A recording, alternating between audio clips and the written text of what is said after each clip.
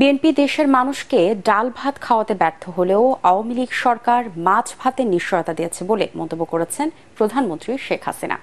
রাজধানীতে প্রাণী সম্পদ সেবা সপ্তাহের উদ্বোধন করে তিনি বলেন, খাদ্য নিরাপত্তার পাশাপাশি পুষ্টির চাহিদা পূরণে কাজ করছে সরকার। এ সময় গবেষণা ও উন্নত প্রযুক্তির মাধ্যমে প্রাণী সম্পদের উৎপাদন বাড়ানোর তাগিদ দেন প্রধানমন্ত্রী। বিস্তারিত আপেল মাহমুদের রিপোর্টে। ভীষণ নিয়ে এলো ফুলঝুরি মেগা অফার সিজন 6। এই অফারে ফ্রিজ কিনলেই পাচ্ছেন নিশ্চিত 12 সেটের আকর্ষণীয় গিফট বক্স একদম ফ্রি। গবাদি পশুর উৎপাদন বাড়ানোর পাশাপাশি মাছ ও দুগ্ধজাত পণ্যের বাজার সৃষ্টি করাই এর লক্ষ্য। প্রায় 400টি স্টল নিয়ে আয়োজিত প্রদর্শনীর উদ্বোধন করেন প্রধানমন্ত্রী শেখ হাসিনা। প্রাণী সম্পদের উন্নয়নে সরকারের অবদান তুলে ধরে প্রধানমন্ত্রী বলেন, নিজেদের খাদ্য নিজেদের উৎপাদন করতে হবে। মানুষের স্বাস্থ্যগত দিকটি খেয়াল রেখে গবাদি পশু পালনের পরামর্শ দেন তিনি।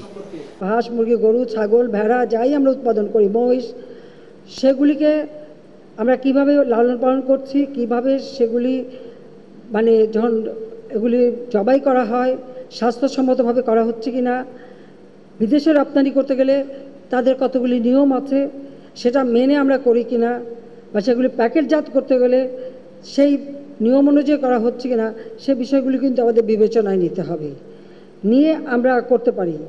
এইভাবে আমরা যদি করতে পারি তাতে দেশের মানুষের চাহিদা মিটিয়েও আমরা কিন্তু বিদেশে রপ্তানি করতে পারবো। বিএনপি সরকারের সমালোচনা করে প্রধানমন্ত্রী জানান, দেশ এখন মাছ মাংস উৎপাদনে স্বয়ংসম্পন্ন।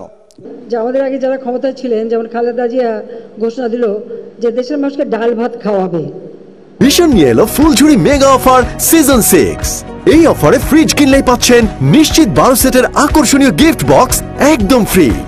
আবার ঘোষণা দিলেন আলু খাওয়ার জন্য, যে মানুষ ভাত পাচ্ছে না তাতে কি আছে, আলু খাবে। তো কেউ আমাদের ডাল ভাত খাওয়াতে চাইলো, কেউ আমাদের আলু খাওয়াতে চাইলো। মাছে ভাতে বাঙালি আমরা, তা আমার মাছে ভাতে বাঙালি মাছ ভাত পেলেই তো যথেষ্ট, সেটাই তো আমরা চাই, বলেন ঠিক কিনা। যুব সমাজকে উদ্যোক্তা হবার উৎসাহ দিয়ে প্রধানমন্ত্রী শেখ হাসিনা বলেন, পশুপালনে বেসরকারি খাতকে সব ধরনের সহায়তা করবে বর্তমান সরকার। আপেল মাহমুদ, এটিএন বাংলা, ঢাকা।